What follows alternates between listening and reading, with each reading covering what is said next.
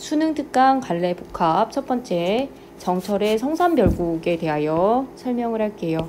정철은 굉장히 중요한 사람입니다. 이 중요하다라고 하는 건 수능에서 정말 많이 출제가 됐지만 다시 출제될 수 있는 가능성이 굉장히 높은 사람이야. 이 사람이 주로 쓴 것은 조선시대, 조선 중후기에 중반에 중기 가사 작품들을 많이 썼어요. 가사라고 하는 장르는 굉장히 우리 고전 문학사에서 고전 문학에서 중요한 장르야. 그 장르가 왜 중요하냐라고 하면 시가의 성격과 시가라고 하는 건 율격이 있는, 운율이 있는 운문, 그 다음에 산문의 성격을 둘 다 가지고 있어요. 운문과 산문의 성격을 둘 다 가지고 있는 굉장히 독특한 장르이고 그 중에서도 가장 높은 수준의 그런 작품을 쓴 사람이 바로 정철이라고 할 수 있어. 그래서 지금 나와 있는 성산별곡 굉장히 출제 가능성 높은 작품입니다. 중요하게 생각을 하고 한번 살펴보도록 할게요. 성산별곡을 시작으로 정철은 가사 작품을 썼다라고 알고 있어. 성산별곡뿐만 아니라 관동별곡, 그 다음에 사미인곡, 송미인곡, 이 작품들도 정철의 가장 대표적인 작품들이거든. 그래서 가능하다면 이 작품들을 모두 공부하면 좋겠습니다. 자, 이제 본문을 한번 보도록 할게요. 이 성산별곡은 손이 있고요. 손은 손님이에요. 손님. 한자로는 요렇게 표시가 되어 있어요. 손님. 그리고 주인이 있을 거야. 이 작품 자체가 손님이 그 시경정이라고 하는, 옛날에는 집을 짓고 한옥을 짓고 나서 집의 이름을 주인이 내가 이 집에 어떤 의미하는 바를 담아서 이렇게 현판이라고 한자를 새겨서 붙여. 이 현판에 시경정이라고 붙어 있는 곳인데, 현재에도 그 전라남도 쪽에 가면 시경정이 있어요. 찾아보세요. 네, 그 곳에 손님이 방문을 한 거지. 이 손님이 누구냐? 바로 정철이에요. 정철이 그래서 시경정 주인에게 묻는 거야. 여기가 전라도 시골 구석이 있거든. 산속 공기 좋은 곳에 시경정을 지어놓고 그곳에 있는 주인에게 묻고 있는 장면으로 작품을 시작합니다. 자, 본문을 볼게요. 234쪽 나 부분이야. 자, 어떤 진할 손이 성산에 머물면서, 자, 그러면 여기서의 어떤 지나는 손님이 성산에 머물면서 서하당 시경정 주인아 내 말 듣소 라고 했어. 그러면 손님과 주인, 아까 얘기했죠. 이 지나는 손님이 여기서 나예요. 나. 그리고 이 시경정 주인이 이름이 누구였냐면 김성원이라는 사람이었어. 김성원, 몰라도 상관없겠지. 그 주인에게 내 말 들어보세요 라고 말합니다. 뭐라고? 인간 세상에 좋은 일이 많지만, 세상 사이간자, 인간 사이에 좋은 일이 많지만, 하건만은, 이거 하다, 많다라는 거야. 많건만은 어찌한 강산을 갈수록 낮다 하여. 어찌하여 강산을, 강과 산을, 자연을 갈수록 낮다고 생각해서, 좋다 생각해서 정막산중 조용한 산 속에, 이게 어디야? 성산에 들어서서 들어오고 안인하시는 곳. 들어와서 왜 안 나오냐? 너는 왜 성산에 계속 사니? 묻고 있어. 그리고 나서 송근을 다시 쓸고 송근, 소나무 송, 뿌리근, 소나무 뿌리를 다시 쓸고 상해, 대나무죽, 평상, 대나무 평상, 대나무 평상에 자리 보아. 그러니까 이건 뭐 옛날 그런 어떤 모습인 거지. 소나무가 크게 있는 곳에 소나무가 이렇게 아름들이 이렇게 서 있으면 이 밑에 이제 대나무로 만든 그 평상을 이렇게 깔아 놓는 거야. 그럼 자연을 즐기려면 어디에 앉아 있어야 돼?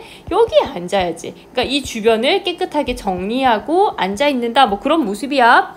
송근을 다시 쓸고 죽상에 자리 보아 잠깐 올라앉아 어떤 곳 다시 보니 이 주변 경관 어떤지 다시 보니 천변에 떴는 구름, 천변 하늘 가에 떠있는 구름이 서석을 집을 삼아, 그러니까 구름으로 집을 삼았다라는 거지. 그렇다면 다시 뭐야? 이 주변의 경관이 굉장히 좋다. 구름도 있고 이 구름으로 집을 삼아서 내가 여기에 누워있겠다, 뭐 이런 이야기겠지. 나는 듯 드는 양, 이런 내 모습이 주인과 어떠한가, 주인과 비교해서 어떠니? 나도 자연을 잘 즐기지 않니?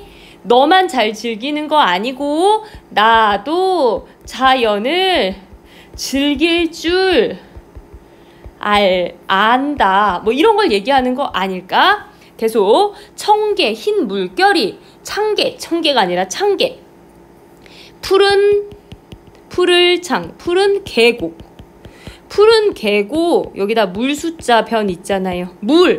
이 푸른 계곡, 흰 물결이, 왜? 계곡에 막 흘러내려가면 물결이 막 일지, 그 앞에 그 물결이 정자 앞에 둘렀으니, 그 생각해봐. 물이 막 흘러내려가는데 여기에 정자가 하나 있어. 얼마나 경치가 좋아. 지금 다 뭐야? 경치 좋은 곳 얘기하고 있어. 성산이라는 곳이 너무너무 경치가 좋아서 내가 거기에 가봤더니 나도 그 자연 즐길 수 있겠다. 뭐 이런 얘기를 하고 있는 것 같아. 자, 천손 운금을 뉘라서 배워내요. 천손운금, 이거 직녀가 짠 비단이래요. 비단이라고 각주에 나와 있었어. 그 비단을 누가 베어내요? 있는 듯 펼치는 듯 헌사하기도 헌사하시죠. 굉장히 많이 나오는 고전의 구절이에요. 야단스럽기도 야단하구나. 뭐 이렇게 얘기하는데, 야단스럽기, 그러니까 멋지다. 멋지고 멋지구나. 그러면 지금 이 직녀의 비단을 잘라서 이 앞에 펼쳐놓은 것처럼 그만큼 어때? 예쁘다. 직녀의 비단을 펼쳐놓은 것처럼, 다시 말해서 경치가 매우 좋다. 이거 얘기하는 거야. 많이 나와요, 요 구절. 헌사하기도 헌사할시야. 멋지고도 멋지구나. 원래 원뜻은 야단스럽고도 야단스럽다. 그런데 지금의 야단하고는 좀 의미가 다르잖아. 이걸 우리말로, 지금 현대말로 바꾸면 멋지고도 멋지다. 다시, 산중에 책력이 없어서, 산중에 책력, 이게 뭐냐면 달력이 없어서. 달력이 없으면 뭐야? 시간 가는 줄 몰라. 나오죠? 사시를 모르더니, 사계절 모르니, 사계절 달력이 없어서 사계절 모르더니, 눈 아래 해친 경이 철철이 절로 나니, 눈 아래에 펼쳐진 뭐야? 경치가 철철이, 사계절, 사계사철이라고 얘기하잖아. 그치? 그 사계절을 따라 저절로, 봄이면 봄, 여름이면 여름, 가을이면 가을, 저절로 생기니, 듣거니 보거니 일마다 선간이라. 어이구, 요것도 알아둬야 될 표현 나왔네. 신선선이야. 그러면 신선의 세상이로구나. 이 신선선은 좀 알아둬. 조선시대에 굉장히 많이 나온 좋은 경치는 전부 신선이 살던 곳, 선녀가 살던 곳 얘기했어요. 그래서 그렇게 멋지다. 다 똑같이 경치가 좋다. 매창 아침 밭에 향기에 잠을 깨니, 매화창문, 매화창문. 이거 향기가 굉장히 좋아. 매화가 피어있는 창문에, 매화가 피어있는 창문에 아침 꽃이 피어있으니까 얼마나 향기가 좋겠어. 그렇게 향기에 잠을 깨니 선옹의 한 일이, 이거 또 나왔네. 선자. 이 선자 뭐라고? 신선. 아까 여기 신선이 나왔지? 신선의 일이라 신선. 그럼 이거 뭐야? 늙으롱. 혹시 박명수 무한도전 이런 거 많이 안 보지? 명수옹이라고 불러. 늙은이라는 얘긴데 늙은 사람을 높여서 얘기하는 표현이야. 선옹, 신선 할아버지의 늙은 신선에 이렇게 해석하면 좋겠네. 늙은 신선의 할 일이 곧 없어도 아니하다. 그러면 이 늙은 신선은 누구를 말할까? 여기서의 늙은 신선은 다시 말하면 지금 할 일 없이 이 경치들 바라보고 있는 사람 누구야? 시적화자, 나일 수 있겠지. 나의 할 일이 곧 없도 아니하다. 나 할 일 많아. 뭐? 울양지, 울 및 양지 편에 외씨를 뿌려두고, 울이 뭐냐면 울타리 및 햇볕 드는 땅에 외씨를 벗어. 이거 외씨는 오이씨. 오이를 줄여봐. 오이 줄이면 얘 생략돼서 외야. 혹시 참외라고 알아? 좋아하니? 참외. 이거 뭐야? 굉장히 맛있는 참된 오이라는 뜻이야. 잘 생각해보면 참외가 오이 식감하고 굉장히 비슷해. 자, 오이씨를 뿌려두고 매거니 도두거니 비온 김에 다루어내니. 지금 뭐하고 있지? 농사 짓고 있어. 그러면 이 신선 농사 짓는구나. 청문고사를 이제도 있다 하리. 청문고사는 아마 옛날부터 전해져 오는 이야기겠지? 풀청, 문. 뭐 어찌됐든 이 청문고사가 요런 얘기가 있나봐. 뭐 그랬든가 저쨌거나 이제도 있다 하리. 내가 그렇게 청문고사처럼 하고 있다라는 말이고, 망해를 죄어 신고 죽장을 흩었으니. 자, 망해라고 하는 것은 집신을 신고 죽장 대나무, 이거 대나무 지팡이를 흩어짚으니 넘어갑니다. 도화라고 하는 거 복숭아꽃. 복숭아꽃 이 도화는요 신선에 있는 공간에 피는 꽃이에요. 자, 어찌됐든 지금 선옹을 자기라고 칭하고 있으니까 복숭아 핀 시내길이 방초주에 이었어라. 그래서 방초주가 어느 뭐 동네인가봐. 거기까지 이어졌구나. 닦고 닦은 명경 밝을경 거울 밝을명 거울경. 그러면 닦고 닦은 그 거울 속에, 거울이에요. 거울 중에 절로 그린 석병풍이니까 돌로 만든 병풍이겠네. 돌로 만든 병풍은 지금은 잘 안 쓰는데 그 옛날 사람들 집에 보면 이렇게 접는 파티션 모양의 파티션 기능을 하는 어떤 그 가구 중에 하나야. 자, 아무튼 그런 걸 석병풍, 돌로 병풍을 삼았다. 아니면은 뭐 여기서의 병풍은 돌로 병풍이 됐으니까 진짜 실제로 바람을 막는 어떤 그 돌이겠네. 그 석병풍 그림자 벗을 삼아 서하로 함께하니. 서하당으로 함께 가니. 서하. 도원은 어둠이며 무릉이 여기로다. 이런 표현도 참 많이 쓴 표현이지. 무릉, 도원 이거 다 뭐야? 신선이 사는 곳을, 신선이 거주하는 곳을 우리가 무릉도원이라고 하거든. 이 무릉도원이 어디냐? 여기다라고 얘기하고 있어. 지금 일맥상통하고 있지? 내가 지내는 성산이 그만큼 자연이 좋으니 내가 지내는 이곳이 무릉도원이구나. 자, 공산에 쌓인 잎을 삭풍이 걷어 풀어. 자, 공산에 쌓인 빈 산에 빈 산에 아무도 없는 산에 쌓인 낙엽을 삭풍이 북풍이야. 이건 북풍이. 그럼 북풍이라는 건 언제 부나? 겨울이겠지. 겨울이 걷어불어 떼구름 거느리고 눈조차 모르니, 겨울이니까 눈이 내리죠. 그 겨울 풍경 얘기하고 싶은 것 같아. 천공, 하늘에 있는 공, 이거 조물주 신입니다. 신이 호사롭다.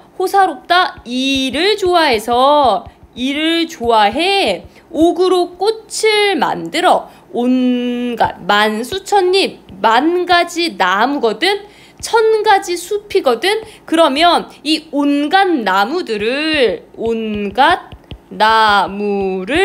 꾸미고 내었도다. 꾸며내었대. 그게 무슨 말일까? 겨울에 눈이 오면 나무에 막 눈들이 쌓일 거 아니야. 그 모습이, 그것이 굉장히 아름답다란 얘기겠지. 자, 앞 여울 계속 가. 앞 여울 덮어 얼어 외나무 다리 빗겼는데, 앞 여울은 덮어 얼어 있고, 왜? 겨울이니까 얼어버렸지. 여울이 개울이라고 생각해주면 돼. 앞 개울은 얼어있고 외나무 다리는 빗겨서 걸려있는데, 외나무 다리는 그대로 걸려있는데, 막대맨 늙은 중이 어느 절로 가냔 말이냐 묻고 있어요. 물어. 산옹의 이 부기를, 산옹, 산에 사는 늙은이, 아까 늙으롱자라 그랬지? 산에 사는 늙은이의 이 부기를, 이 부기라는 건 뭐야? 진짜 부기? 아니,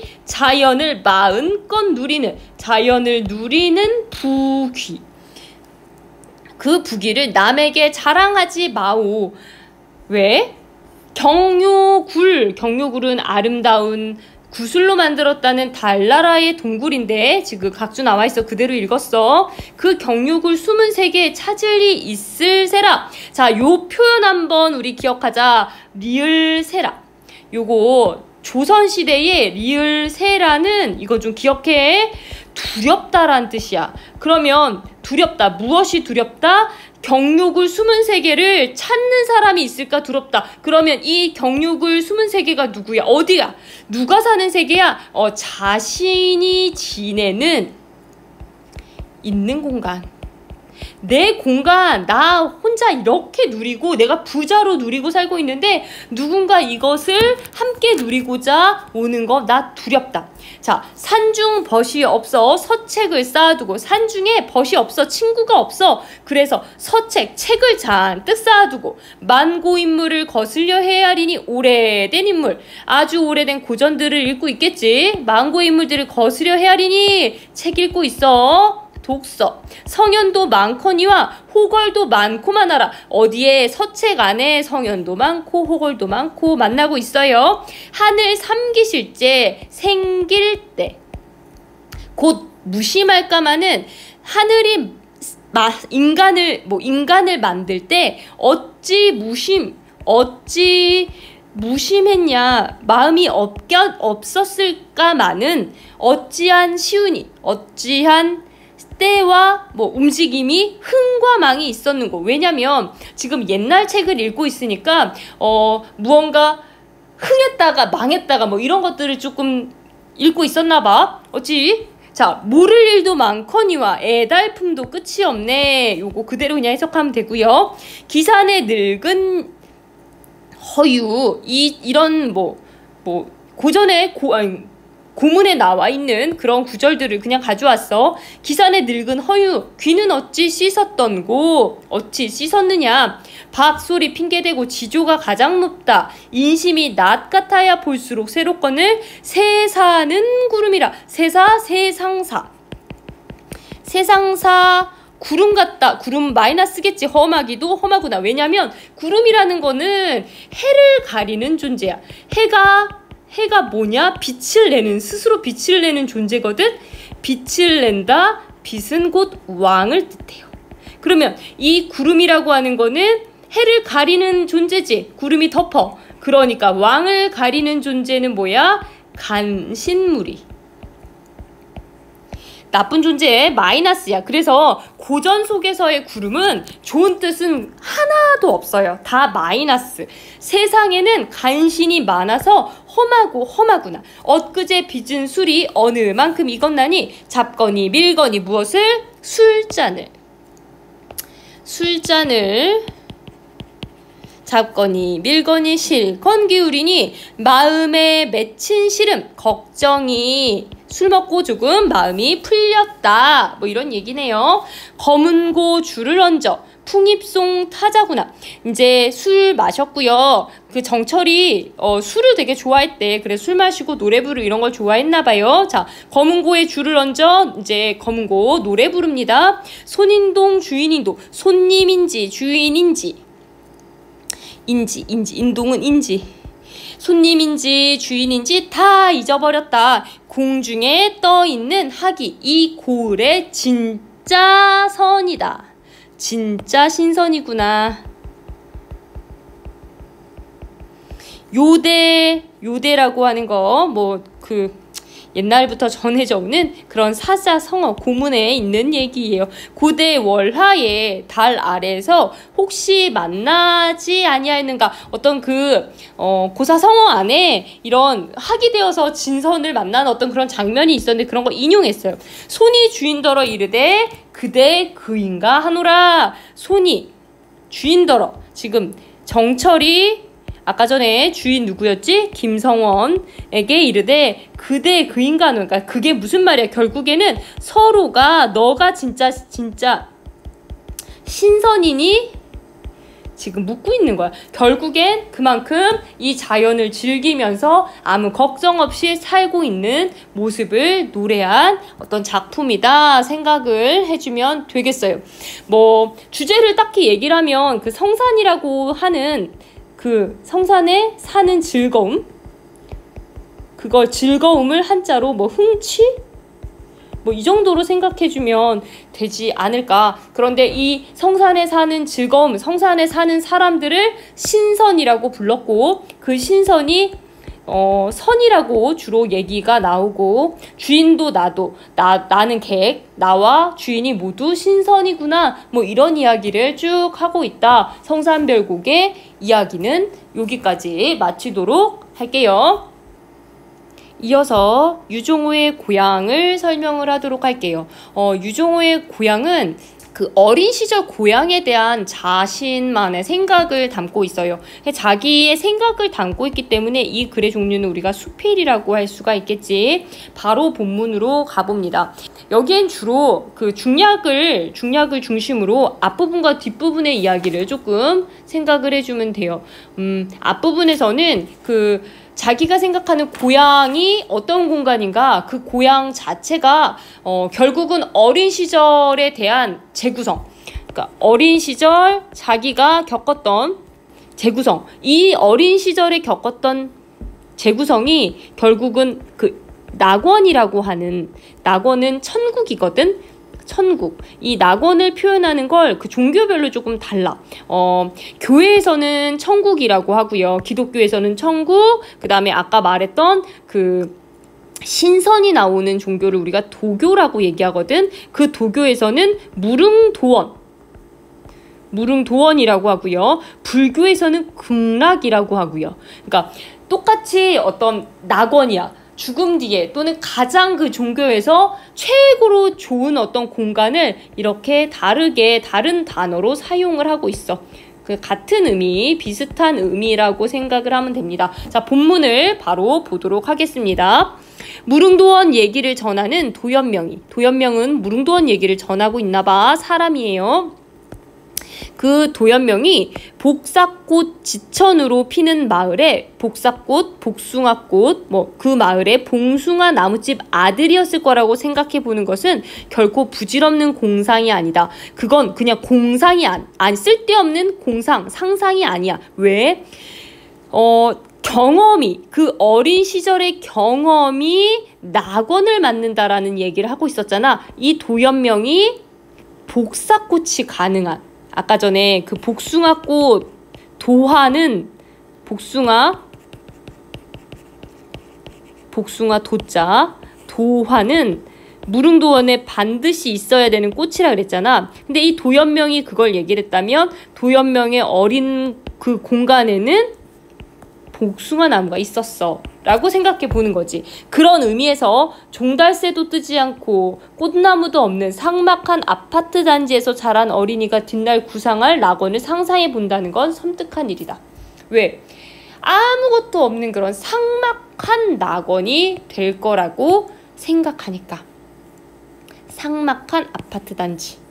이건 섬뜩하다라는 표현을 하고 있어. 자연이 없는 인공 낙원은 편리할는지는 몰라도 아무래도 마음의 고향은 되지 못할 것 같다. 이렇게 말하는 것도 사실은 내가 내 자신이 시골 출신이기 때문이다. 지금 이 사람 생각을 적고 있지. 이 사람의 생각을 담은 글 수필 또는 우리가 에세이라고 얘기하는 그런 글들이 모두 작가의 생각을 담고 있어요. 이거는 뭐 옳다 그르다 할 수 없어. 이 사람의 생각이니까. 자, 이 사람은 그래서 자연이 있는 공간이 그 낙원의 어떤 조건이지 않을까라는 얘기를 해요. 자, 그 다음 한번 이어서 갑니다. 나는 낙원에서 만발하는 봄꽃은 자기의 낙원에서 만발하는 봄꽃은 살구꽃이래. 그렇구나. 이 사람은 살구꽃이 있는 공간에서 자랐구나. 우리가 구차했던 시절, 구차하다. 너 참 구차하다 라고 하는데 이 구차라는 건 가난하다. 가난했던 시절 고향의 4월은 그나마도 살만했던 건 여기저기 뭉게뭉게 구름처럼 댕그랗게 펴있던 살구꽃이었다. 이 사람에게 살구꽃은 그런 의미였구나. 그리고 그 살구나무 아래 섰을 때 온통 머리를 취하게 했던 꿀벌 소리도 이 사람에겐 긍정적인 의미의 어떤 기억이구나. 살구꽃이 없는 낙원은 내 자리가 마련되지 않은 낙원처럼 벌써 낙원이 아니리라. 그렇구나. 계속 내 낙원의 길가에는 푸른 나무들이 줄지어 있다. 이 사람의 낙원엔 푸른 나무들이 있대. 다 긍정의 의미들. 그것은 플라타너스도 아니고 은행나무도 아니다. 현 사시나무는 더더구나 아니다. 이것은 어떤 나무야? 미루나무. 키 큰 미루나무래. 열매는 맺지 못하고 제목으로 쓸모없다. 제목 무언가 목재. 나무로 무언가를 만드는 거 그 제목으로 쓸모없다 치더라도 그건 상관이 없대. 누가 뭐라건 내 낙원의 가로수는 단연코 미루나무. 어렸을 때 있었나 봐. 집을 나서서 무작정 표표히 길을 떠나고 싶었던 일이 어디 한두 번이었던가. 그때 뻗어있는 신장로에서 새로 닦은 길에서 어서오라고 이파리를 흔드는 것도 미루나무. 미루나무는 나그네 훌훌함과 서름을 하는 고향의 바람잡이. 고향 마을에 소리 없는 아우성이었대. 그렇다면 이 사람의 낙원에는 반드시 있어야 될 것이 살구꽃, 그 다음에 미루나무. 그렇구나. 왜? 어린 시절 이것을 보고 자랐기 때문에 이것이 굉장히 긍정의 어떤 요소들이었구나를 생각할 수 있겠지. 넘어갑니다. 자, 이제 중략 다음에는 이렇게 일부러 어떻게 보면 이런 걸 넣지. 다른 내용이라는 거야. 윗부분하고 아랫부분은 다른 내용. 그러면 이제 어떤 다른 내용으로 가는지 한번 보자. 나의 낙원에는 말할 것도 없이 새 소리가 흔하다. 좀 비슷하게 가고 있네. 지금까지는 새 소리 흔하다. 종달새라고 하기보다 노고질이라고 적는 것이 어울리는 저 초봄 새의 지적임이 떠오른다. 보리삭 돋아나 종달새 간다지. 떠나는 그날에도 보리필이 불어주마. 보리밭 가에서 이런 노래를 불렀던 시절이 다시 올 리는 없다. 왜 이렇게 얘기를 할까? 이런 시절이 다시 와야 되는 거 아니야? 이건 굉장히 긍정의 어떤 긍정의 말인데 웬건 여기서 얘기해. 다시 돌려준다 하더라도 우리 편에서 받아들일지 의문이다. 안 받아들인데 왜? 이유는 이거네. 험난한 세월이 안겨준 쓴맛. 쓴 잔의 뒷맛이 아직도 혀끝에 남아있지 않은가. 왜 이렇게 험난한 세월이라고 얘기를 할까? 무언가 가난의 세월, 어려움, 가난, 그런 어려움, 힘듦, 이런 마이너스의 요소들이 있기 때문에 이걸 다시 돌아가서 그 시절로 갈 수는 없어 라고 이 사람은 얘기하고 있는 거야. 자, 그러나 초봄 노고지의 와 초여름 뻐꾸기 그들 없이 나의 낙원은 완결되지 못한다. 이런 게 있어야 된대. 그렇구나. 내 낙원에 대해서 지금 얘기하고 있으니까 그렇구나 하고 넘어가면 돼. 그리고 또 있대요. 어떤 모양으로 뭐 어떤 소리보다도 어떤 모양으로도 우리들의 어린 시절을 장식했던 여름철의 황새와 가을날의 기러기 때 이들이 낙원을 떠난 지는 참으로 오래되었다. 무언가 떠났어. 좀 느낌이 안 좋아. 어찌됐든 또 낙원에는 뭐가 있냐면 모래톱이 있대. 강이 흐르고 모래톱도 있어. 모래톱에서 어떤 일을 했는지에 대한 그런 일들도 쭉 얘기하고 있어요. 강가에서 팔매질, 그 물로 이렇게 물에다 던지는 거 팔매질도 했고요. 멀리 가는 것이 미래의 행복의 지표인 양 던지고 또 던진 어떤 모습도 있고요. 회수할 길 없는 팔매돌, 회수할 길 찾을 수 없는 뭐 이렇게 다시 걷어들인다라는 의미겠지. 회수할 길 없는 팔매돌과 무너진 지 오래된 성벽을 나의 낙원은 지금껏 간수하고 있을까? 지니고 있을까? 알 수 없는 일이다. 자, 그 다음에 이제 이 사람이 얘기하네요. 여기까지 적고 보니 나의 낙원은 너무 초라하고 너무 가난해. 없어. 냉장고도 없고 자동차도 없고 아스팔트도 없고 뭔가 부유하다라고 하는, 그러니까 현대적이다라고 하는 것들은 다 없는 도시적인 것이나 어떤 현대적인 것, 이런 것과는 거리가 먼 그런 낙원이라는 거지. 있는 것은 푸른 하늘과 청명한 나날과 맑은 공기와 구차한 거 아까 나왔어. 가난한 이웃들 뿐이다. 노고질이 뜨는 보리밭과 소리 없는 아우성으로 몸이 기울어진 미루나무와 마룻배 떠있는 강물이다.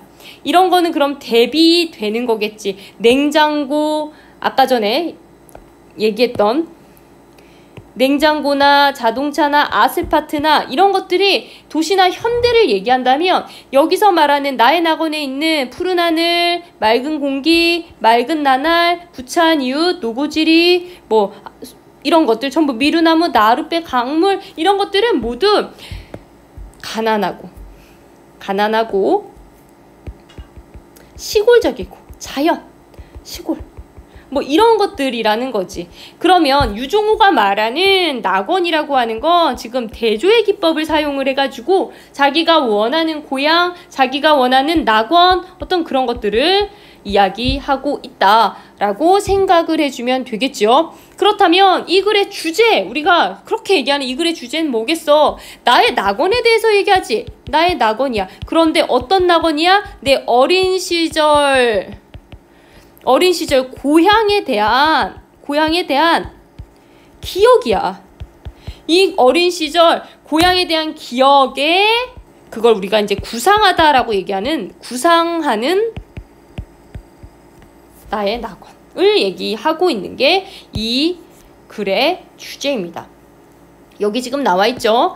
나의 낙원의 구상은 아무래도 고향과 어린 시절의 재구성이라는 주제를 여기서 얘기를 하고 있네요.